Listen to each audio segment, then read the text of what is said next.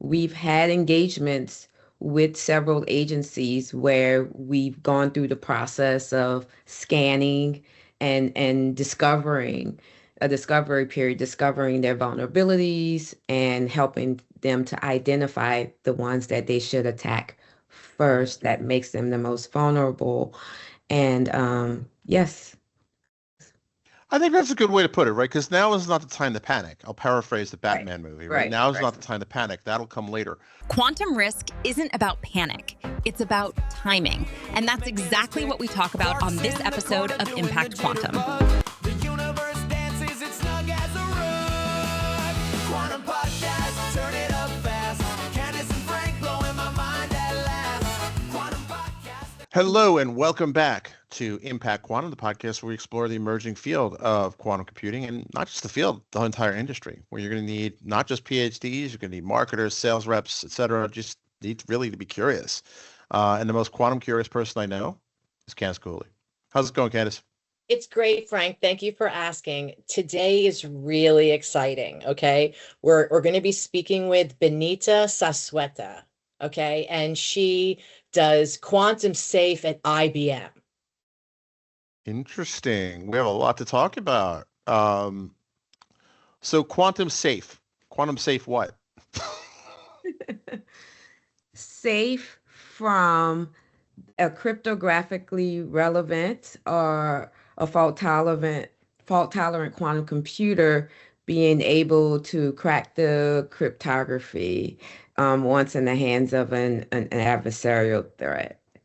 So there are algorithms that once on a fault-tolerant computer, it has enough qubits, error correction is good, that the harvest now and decrypt later aspect comes in where if an adversary has our encrypted data, they're able to use a fault-tolerant or cryptographically relevant quantum computer to decrypt that data that they harvested that they weren't unable to encrypt. And this is the time to do that will be shortened, so it will be more of a reality.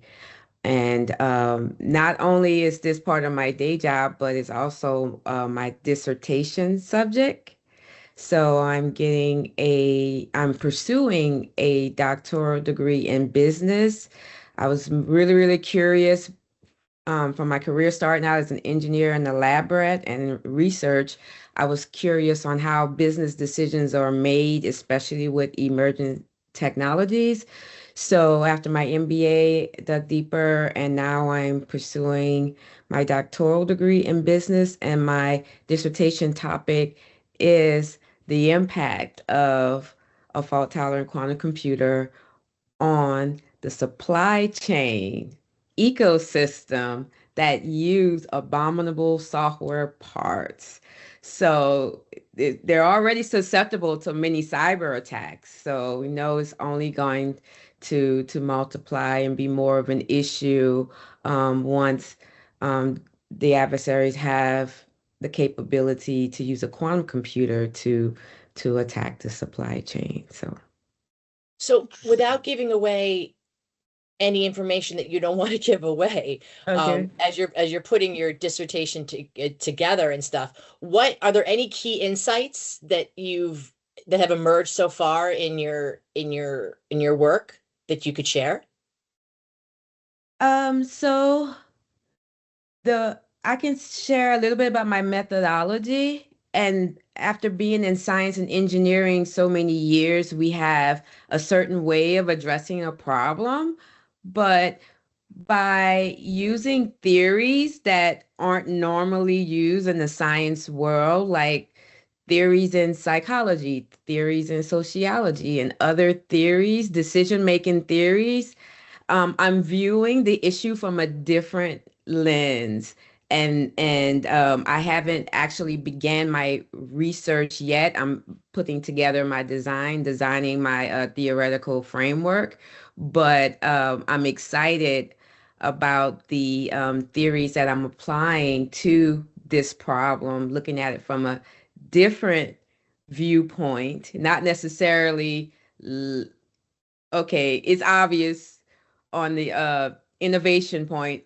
Innovation is, happening rapid. We have to be able to adapt to these changes. We have to be able to adopt this technology, but looking at a viewpoint from, okay, where is the CIO or the CISO is coming from? Why aren't they making these decisions to implement or transform their cybersecurity protocols to be ready for when we have this fault tolerant quantum computer?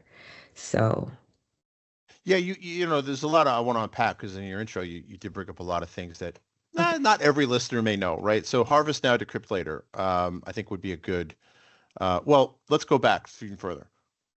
Because I was listening to, actually it was Joe Rogan podcast and he had Jensen Huang on there, right? mhm.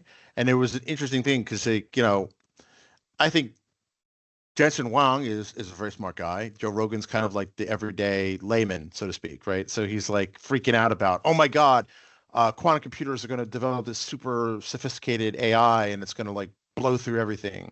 And Jensen tried to like talk him down from the ledge. So I think it's important. I think it's important that we level set here, right? So why are quantum computers dangerous to conventional encryption and basically everything we do? I think that's a good place to start. Then we can ask because that'll lead into harvest now, decrypt later. Okay. Okay. So we're not there yet, but we are fastly approaching, right?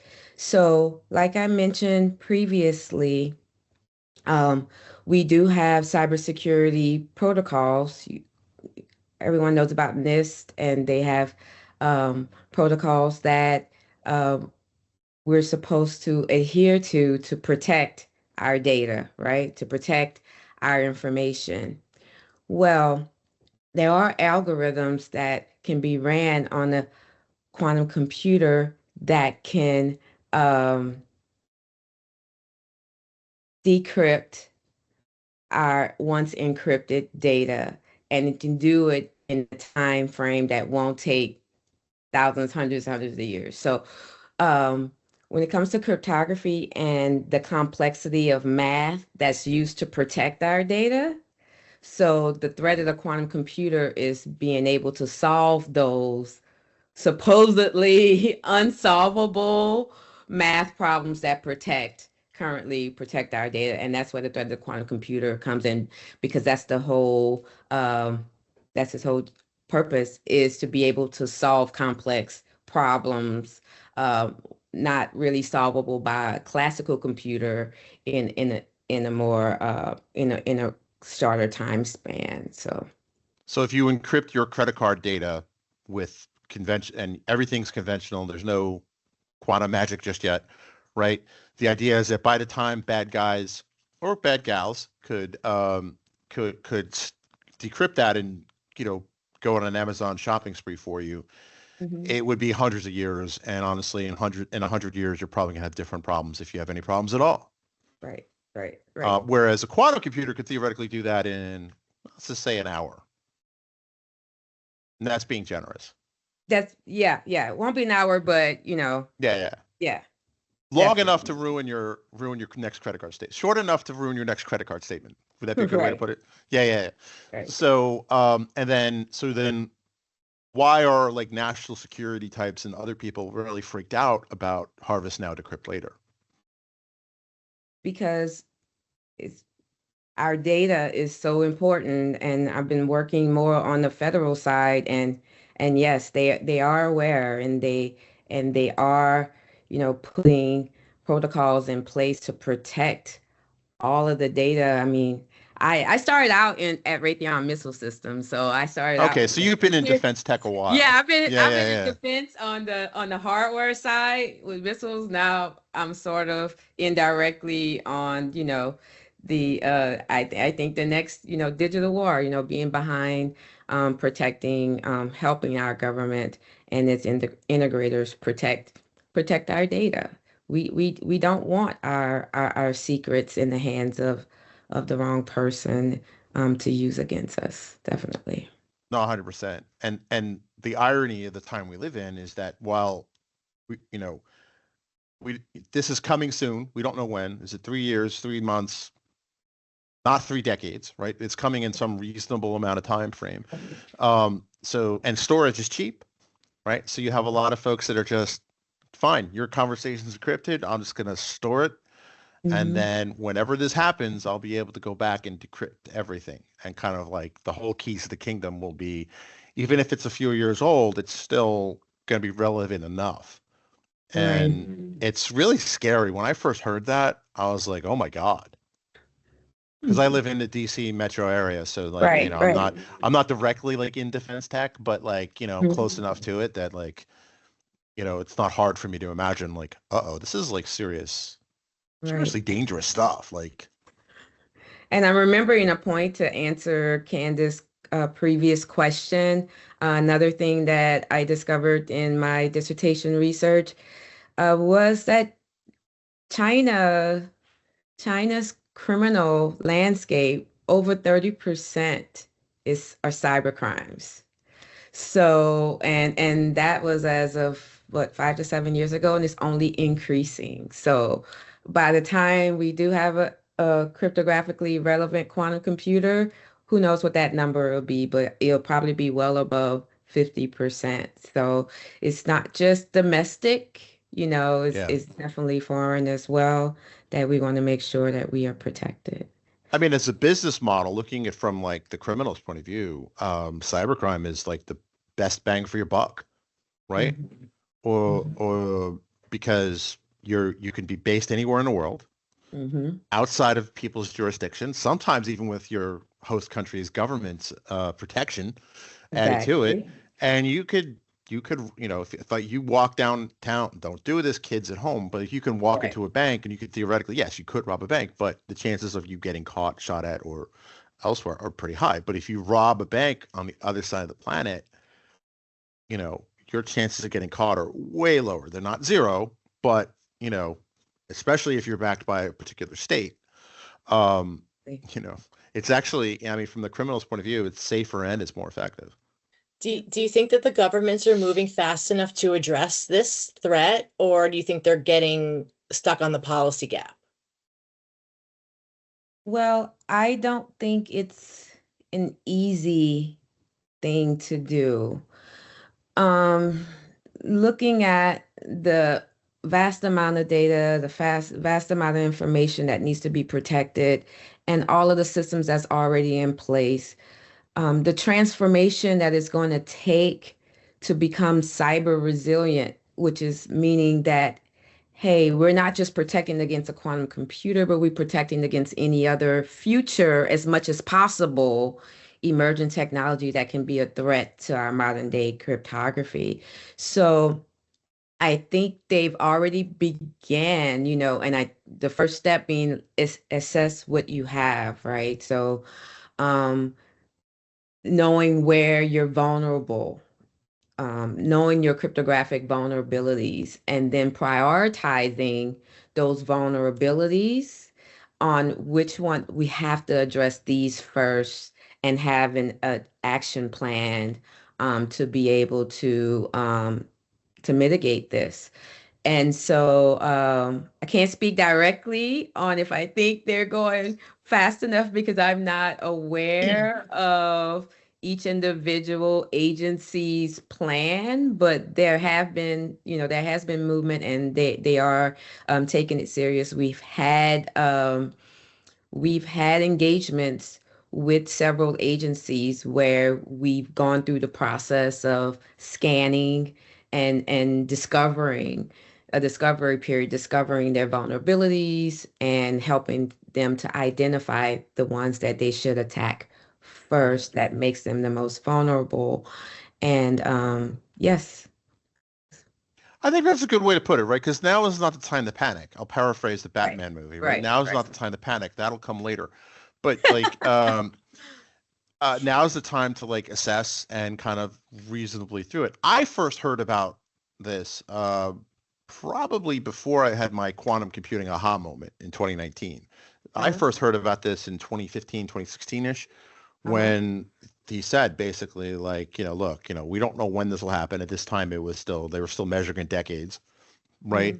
But he's like, well, we should start upgrading our encryption today because one, we all know how slow federal IT tends to work, right? Right.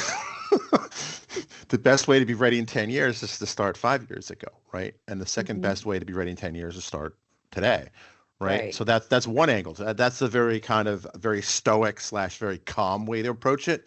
And then there's all the way on the other side, the complete freak out thing, which, like I said, I don't think it's time to panic yet. I think that we'll get there, but not now. Right. But I Right. think the best thing to do now, like, is exactly what you said, right? Triage and just slowly implement, because what you don't want is and I know there was some drama about this, and maybe you can shed some light into this. My wife actually works at NIST, but not on the quantum stuff, right? So Okay. I kind of hear some of it. Okay. Um, but wasn't there like some algorithms that were ranked as quantum safe or quantum resistant, and then somebody broke them within a couple of weeks? That was like a few years back. Might have The been before the pandemic. I don't remember exactly. okay. Or am I This misremembering that wrong? Because Yeah, I don't recall, okay, but you're not speaking of the ones, definitely not speaking about the ones that were recently no, not the recent ones, but okay, like yeah, yeah. because remember they had kind of like a Hunger Games type thing where it was like Yes, they had you know what? I think that guy is an IBMer who cracked it. I think he was I on think you're right. Zurich research team was really, really smart people, some cartographers that were actually involved in creating the newer algorithms that were rolled out by NIST. So yes, I think that guy's an IBM. He's a legend. Yeah, so like it's Yeah. interesting because like and you probably if you've not read the book, you've definitely encountered it. The big giant red, or is it blue now? Bruce Schneier book called Applied Cryptography. Have you Oh ever no, read that? I'm Oh, not you a should totally cryptographer. totally okay. All right. So yeah. So anyway, like in that there's plenty of stories about how everyone thinks their algorithm is secure until they release it into the world, and then suddenly it's Mhm. not, right? Because Right, you make certain. I mean, it's just like software. It's software development, right? Like, right. um, It's your you know, imprint, right? So right. it's So how do you explain quantum risk to a non-technical executive in a way that actually motivates action? okay.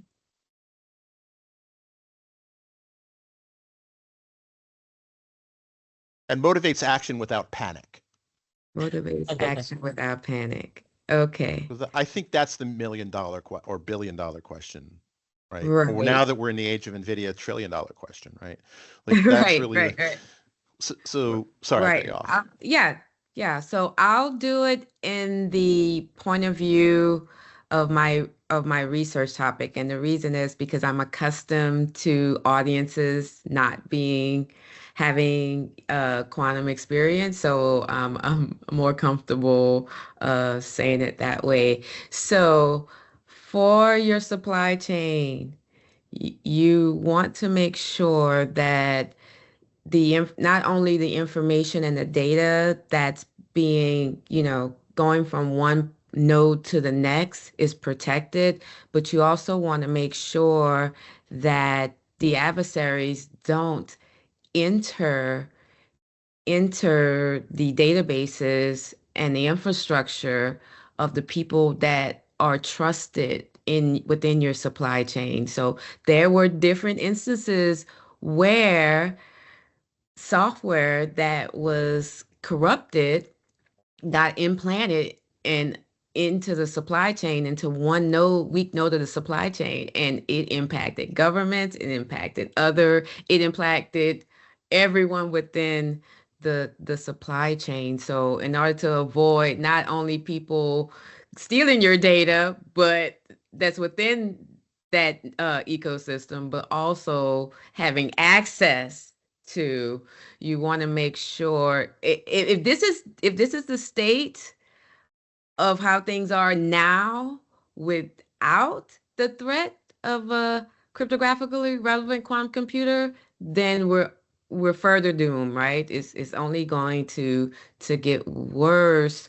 But I know I'm not doing a good job of not making it scare tactics, No, right? no, no, no. But I mean, like, I mean, I think you're doing a great job because you're right. Like, it's not going to get any better on its own. Left Right, to its own devices, it is going to get worse, right, from right, here on right, out, right? right. Because you have, for every developer you have, we had another podcast guest talk about the builder mentality versus the attacker mentality, Right, right? right, right, And for every builder, you're going to have, I think, just the economics incentives of it right.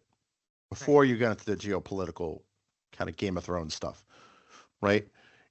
There are more incentives to be an attacker than a builder.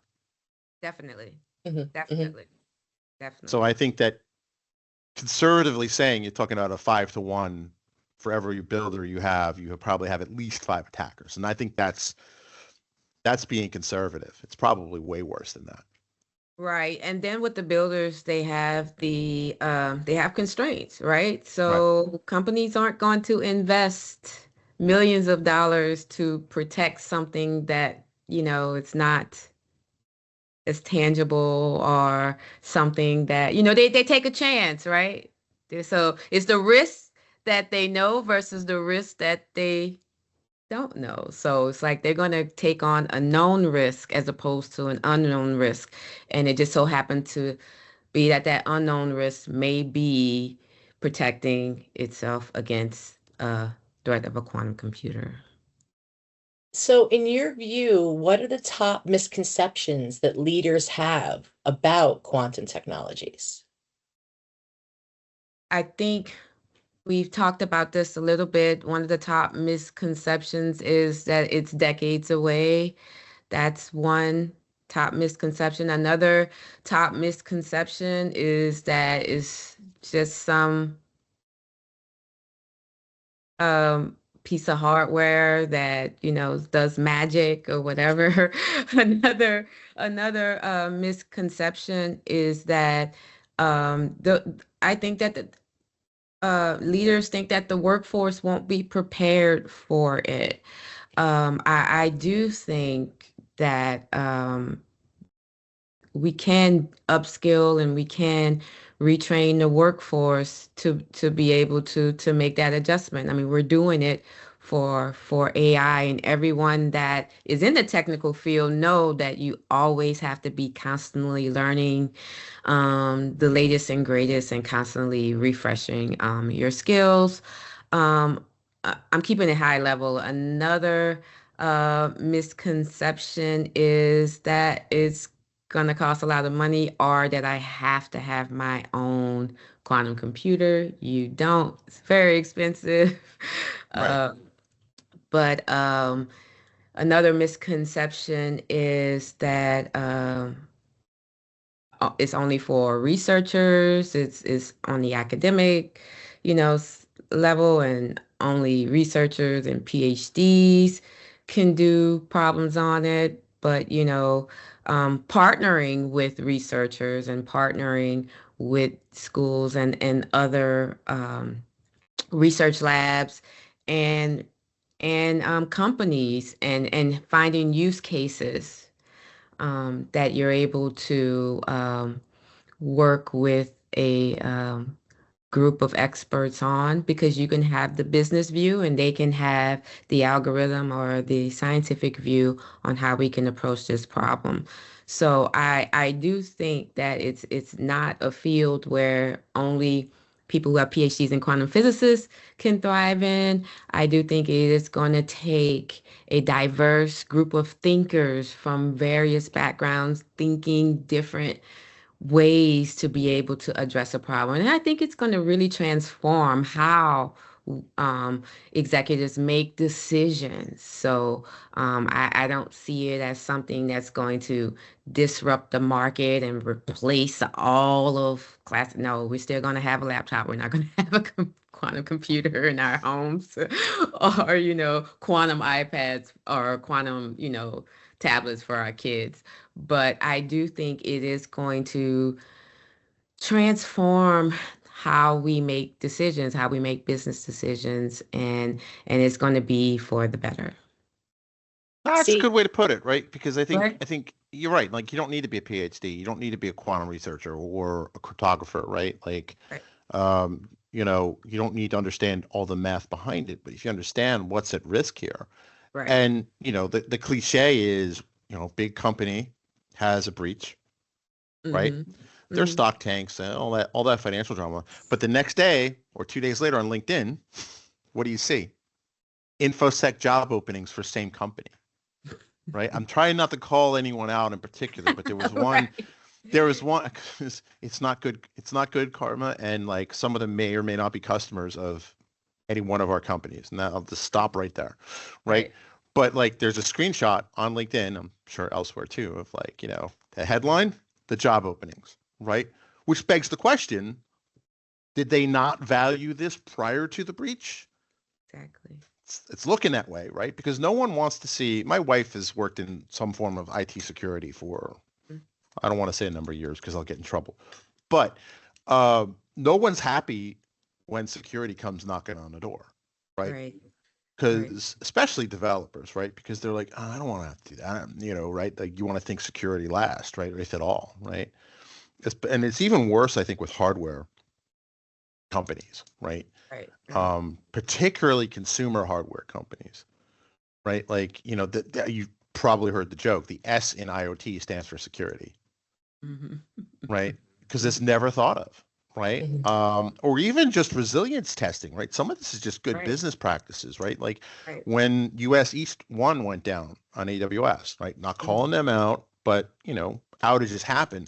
There Right. was a company that sold a smart bed. Mm-hmm. Did you hear about this? Mm-mm. That the bed would not respond to, like, it was like one of those Craftmatic beds or whatever, like it would lean up, it would go down, like it would raise your legs or whatever. But it needed an internet connection to just move the stupid bed. So it was literally stuck in like whatever position until US East 1 came back. Oh, Right. And it's just like as an architect, as a, you know, as a developer, I'm like, how would you, like, you would not, maybe I'm just old and I remember the pre-internet days, right? Like, or Right. when internet connections were very unreliable. Like, really? You could just cache the data locally, right? You know, Right. There's do no what the user way. wants and then cache it locally. I don't know. Like, of course, it's, you know, I heard the best phrase the other day. It was the easiest position on the team is the armchair quarterback. So sorry, I cut you off, Candace. no, no, that's okay. I was thinking about, you know, you're at a really great intersection, right? You're in highly technical content, but you're also involved in business best practices and supply chain. So what kind of leadership lessons have you learned from working at that intersection? Okay. That's a very good question. So, one thing I did with one of my major clients, um, leading the delivery of a um, quantum safe transformation, one thing I did was I looked up their values of that company. I looked up the core values of that company, and I also looked up the data that they had about um, what the employees, how the employees feel about those values. And so I picked three things, right? So two things that really stuck out to me for that client was they value technology and they value innovation, but their feelings about it is that they're not sure if they're able to execute on it, right? And another key value that was by this company was that they didn't have a good feeling about um, contractors or other companies coming in, closing the deal, finishing what they started. So I picked those two, and that was the source of our, objectives and our key results.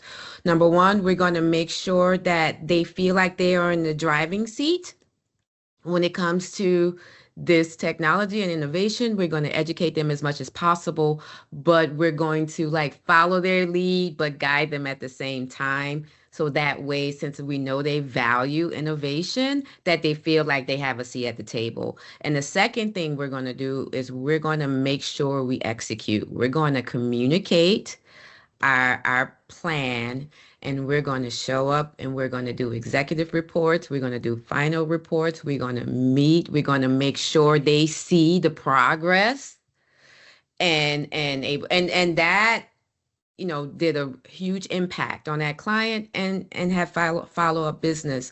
So it being in a leadership position and seeing how really taking a look at not just what the company you're working with, their core values are, but also how they feel about those core values and acting accordingly really had a major impact on that engagement and the potential follow-up engagement with them.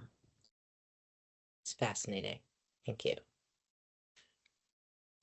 Interesting. Because everyone can make a shiny toy, but if no one wants to play with it, or no one knows how to operate it, they're just gonna put it to the side and collect dust. But it was a true lesson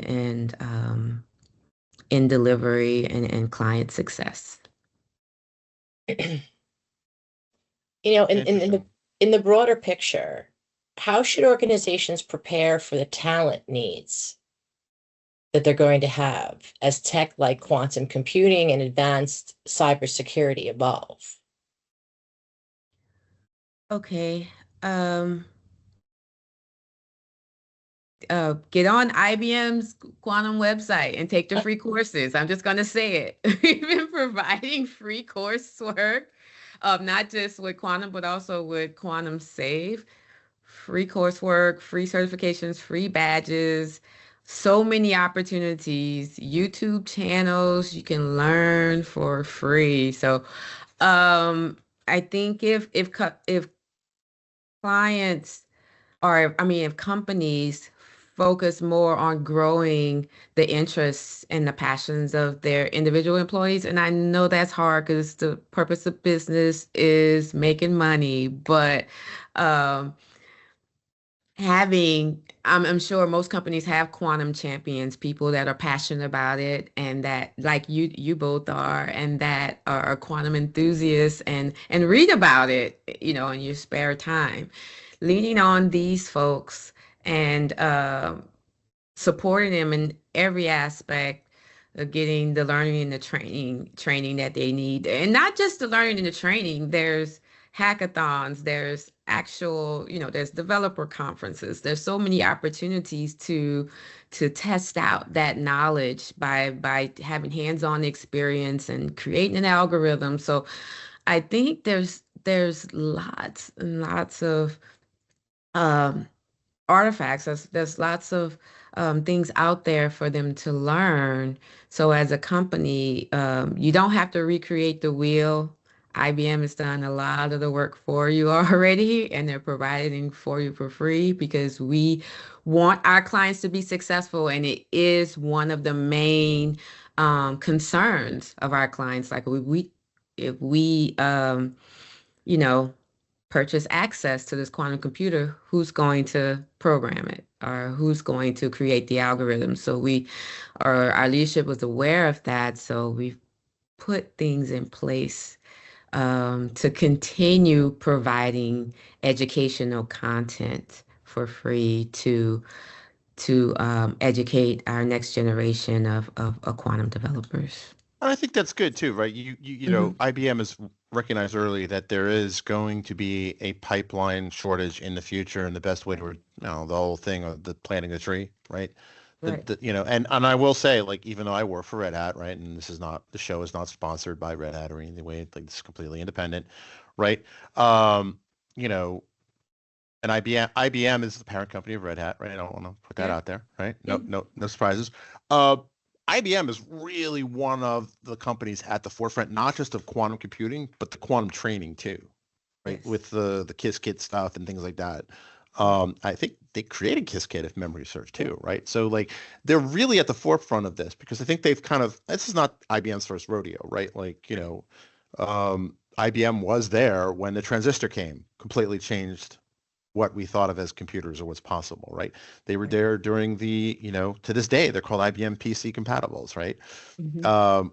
You know, I think they kind of know the long haul picture of it. And fun fact, I don't know if this came up in any previous conversation you had with Candace, but Candace's dad worked at IBM Research in what, the 90s, 80s, 90s, like working on 70, this theoretical, is the 70s through the 90s, but yeah, I mean his like his work was theoreticals and like yeah, quantum stuff. Yeah. exactly. Nice. Right. I So was that kid that went to school and didn't know what her dad did for a living, so He was your dad. That's what he did for a living. there you Right. go. That's a great answer. I love it. Yeah. I'm sorry, Frank, I cut you off. Go ahead. Oh, no worries. That was all I had. So let me ask you this.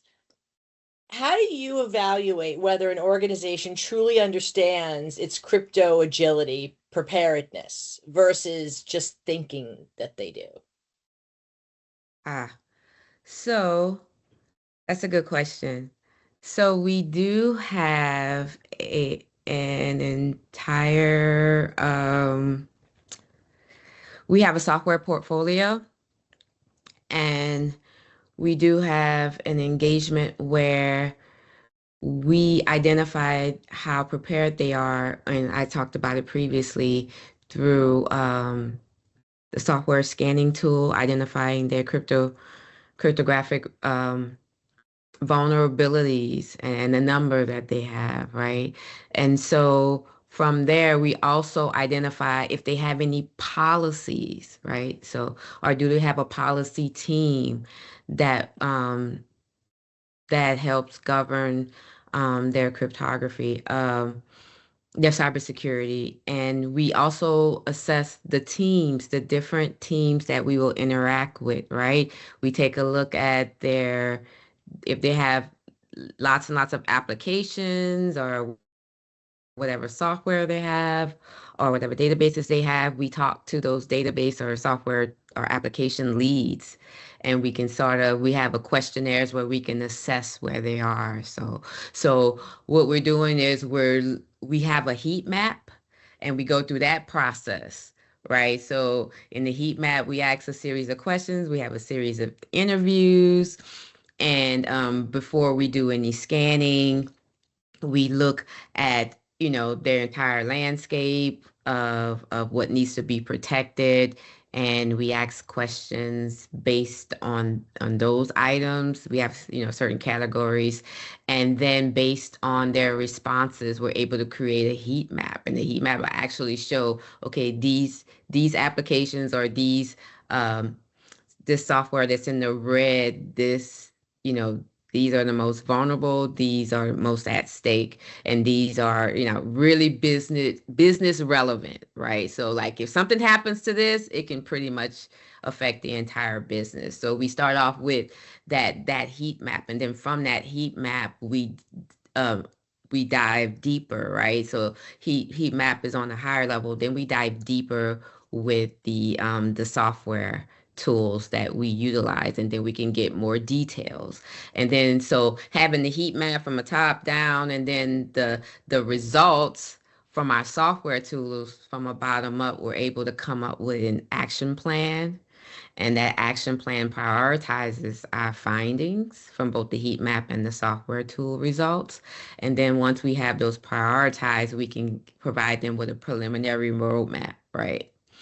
So this preliminary roadmap would ideally give them from, you mentioned about it's not going to take long. You're dead on, Frank, 5 to 10 years. So the roadmap can be from 5 to 10 years long. Like we understand you're not going to be able to do this in 1 year, but here are the things you can do now, and we provide that. And so I think I went beyond your question, but yeah. That's There's a great. lot to Thank think you. about, isn't there? Mm-hmm. Mm. And like, it's the old thing, like there's no silver bullets, but like if you do nothing, it's really bad. Doing nothing is still something. So I learned that I like that. in dissertation, right? So there's going to be an impact if you do nothing. So, and you just have to be prepared for what that is, or you will not be prepared for what that is. So, So like if you could go and advise a mid-sized enterprise today on preparing for quantum era supply chain risks, what mm, what three actions would you tell them to start with immediately? okay. So the first thing I would um, tell them to do is to take inventory of the third-party software vendors that you have um, within your supply chain network. And I can explain more why later. And the second thing I would tell them to do is to work with them in making their software more secure. And the third thing I would tell them to do is to really communicate with everyone within that supply chain ecosystem. It really should be first on what the weakness is, because you're only as strong as, Your kind of weakest link. saying, right. And that is definitely is the case with security within the supply chain system. But the reason I say um, to access the third party vendor software solution is because I found through my research that these are the weak points where a lot of times the software vendors are reuse, open source software, and that's out for everyone. So you're reusing this, and it's even more vulnerable, and it's easier to inject um, bad things into it to be able to hack into whatever the adversary want to hack into. So yes, thank you for giving me the space to talk about my dissertation. I'm early on in it, but it's really really helping me the more I talk about it and the more questions that you all ask. Oh, No, no, fantastic. it's like one of those things where it hits the nerve. It hits the nerve that needs to be hit, right? Like, how do you? I mean, any self-improvement guru could tell you this, right? Like, how do you inspire action without inspiring panic, right? I'm sure that sure, like that's a tough needle to thread, right? Like, and I think this is going to impact all of us, right? Like, I don't think people really realize that quantum computing isn't just, hey, look, we'll get, there will be that, right? We'll get better medicines faster, blah, blah, blah, blah, blah, better materials. Like, that will happen. But the thing that I think is, and, playing kind of the historical realist here, right? Like, what's driving investment in this largely is defense and national security stuff, right? Around the world, right? It's not just U.S.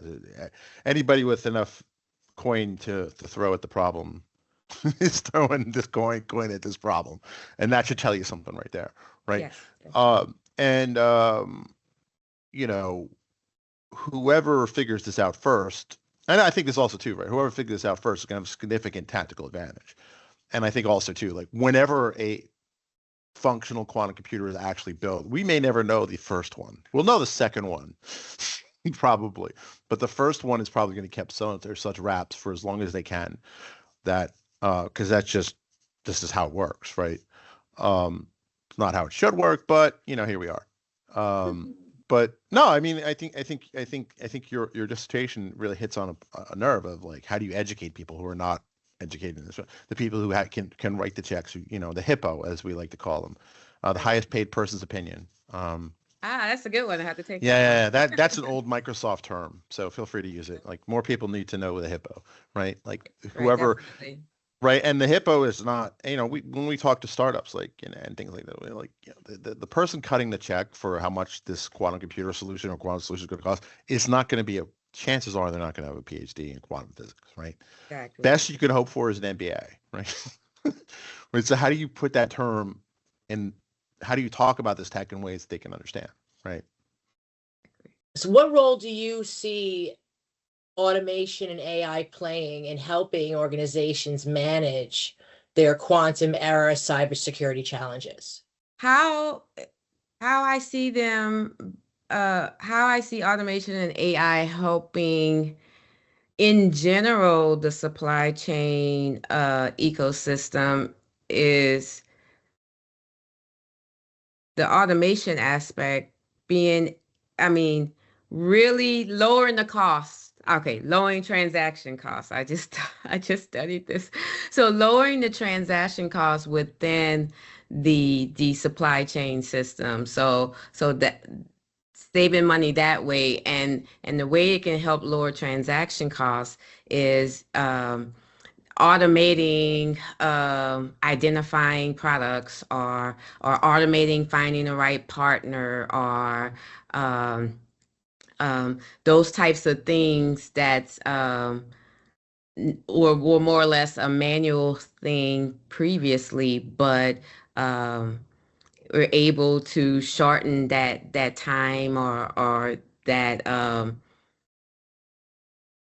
the space in between those two nodes, supply chain nodes, whether it's a transportation space or whether it's a time space in getting from one spot to one location to the next. But yes, I do see um, that in general for supply chain. Now for quantum, yes, there are lots of machine learning um, examples that can be accomplished with both AI and quantum, and I think that the use cases will continue to increase. But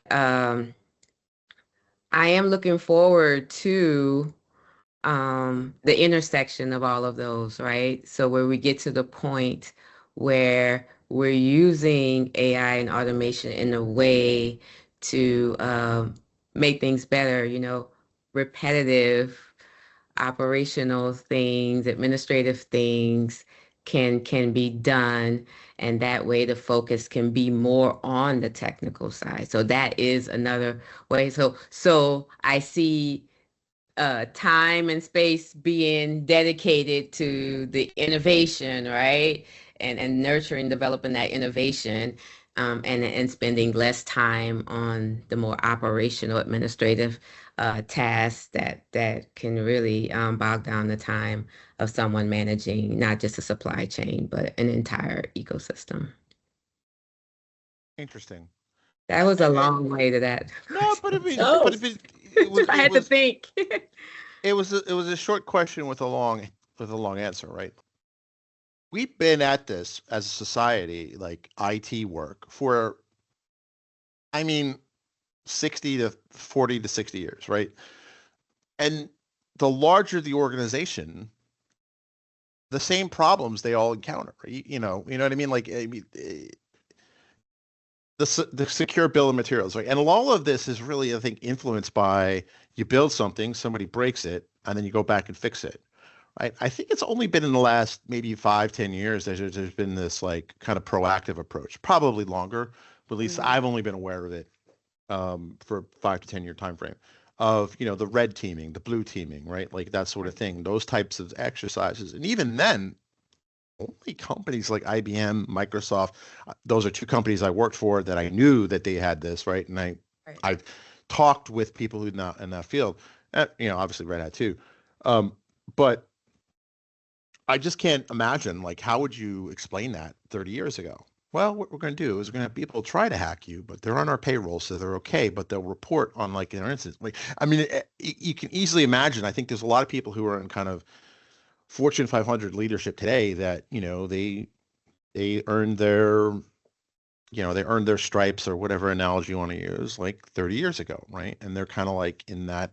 Government too is actually also in that also in that space, barring some notable exceptions, right? Mhm. So like, how do you sell? I mean, ultimately, I think at the end of the day, how do you sell being proactive about this, right? Maybe it's like airbags in cars, right? Or seatbelts in cars, right? Like, I obviously it can't stop accidents, but it can mitigate the risk of it, right? Again, this is very much top of my mind, um, because of recent events. But I mean, is that a good, healthy way to look at it? Is that a good way to sell it to the hippos, so to speak? I like this scenario that I've used in the past. Let them know that you are in a huge ship and you have to make a turn in a tight spot, in a tight Right. canal. It's doable, but we have to start now, Right. Right. Right. Right. right? Okay. We have to start now. So this transformation is going to take some time, and I know we can't do everything at once, but if we start now, we can gradually turn and get us going in the right direction to where we achieve cyber resilience. So, Yeah. and that seemed to go over well. Cyber resilience. I like that. Yeah. That feels strong. Awesome. Yeah, resilience I think is because you can't protect 100% No. of the time. Right. Right. But resilience, right? Crumple zones on cars, right? Like that Yeah. sort of thing. For the next week or so, I'm probably going to stick It's going to with be that about analogy. cars. Yeah. It's going to be about cars. Because one of the worst things about totaling your car, aside from getting injured, is you have to go shopping for a new car, and Mhm. that's just I find that an unpleasant experience. But Mhm. but I mean, like you can't predict, but you can at least mitigate, right? You can have the crumple zones, the airbags, the seat belts, the anti-lock brakes, right? Like all those sorts of things, right? Right. The good tires, right? But I think if you I think everyone can kind of relate to that as opposed to, why am I going to pay these kids to try to hack my site? Why am I going to do that? Right? I could picture somebody saying that with a gravelly voice, you know, and it becomes, but I think if you kind of see it as preventative kind of maintenance, I don't know. I know we're coming to the top of the hour. I have a hard stop and I want to be respectful of your time, but this has been a fascinating look at kind of like the overall notion of this. And that's cool. Quantum safe, is it called? Yes. Yes. Cool. That's cool. I'm sorry, Candace. I No, don't I want to. thank you so much for coming on. And, we didn't even get to really talk about the whole aerospace and defense interest But that you we have. but we do have another podcast in development called autonomouswarfare.ai. So I'm just putting that out there into the universe. So hopefully by the time folks are listening, it's officially launched. But Oh, I did nice. register the domain name, so I do want to put that domain name. So if folks go to autonomouswarfare.ai, you'll either see a sign-up sheet or the actual podcast itself, depending on what happens between here and when we launch season 4. I do have one funny story if we have time on the Yeah. Sure. on the aerospace side. When I was at Honeywell Aerospace, our team was responsible for creating like over 60% of the cabin pressure control systems in the world.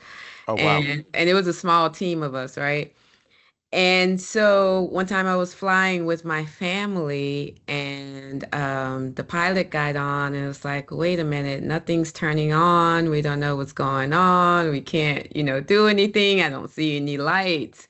And so I had spent years in the lab, with the equipment that eventually went on the airplane, testing the subsystems, making sure software, hardware, all that in the loop integration. And so I yell out, do a reset. Start off, put the off and on switch.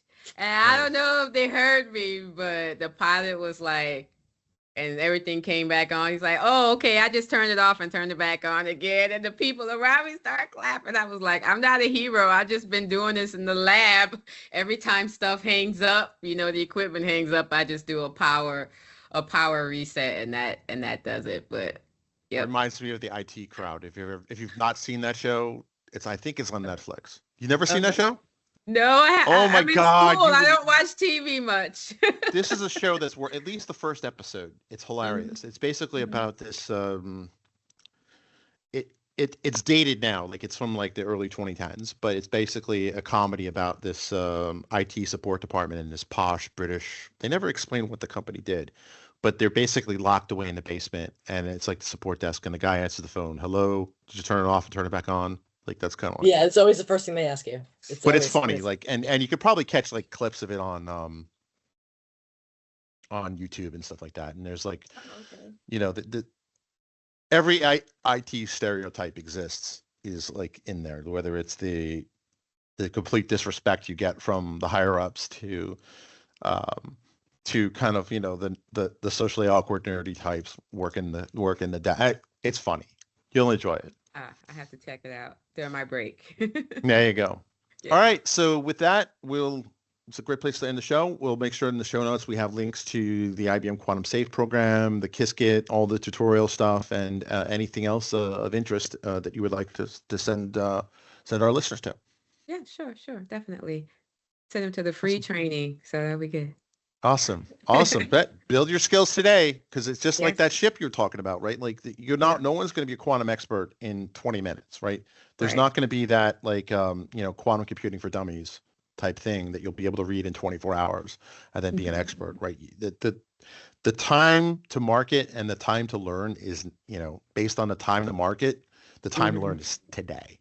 Exactly. Obviously, you can't be like Candace's dad and start in the 70s, right? But the next best thing is to start today. Yeah. Yeah. I already started with my 8-year-old. So we started with building a little out of Legos. Nice. Quantum computing chandelier. So we're having fun. Fantastic. That's cool. Oh, that's fantastic. Awesome. And Thank we'll you. play the outro music. Quantum podcast, turn it up fast. Candace and Frank blowing my mind at last. Quantum podcast, they're breaking the mold. Science and sky beats, it's bold and it's gold.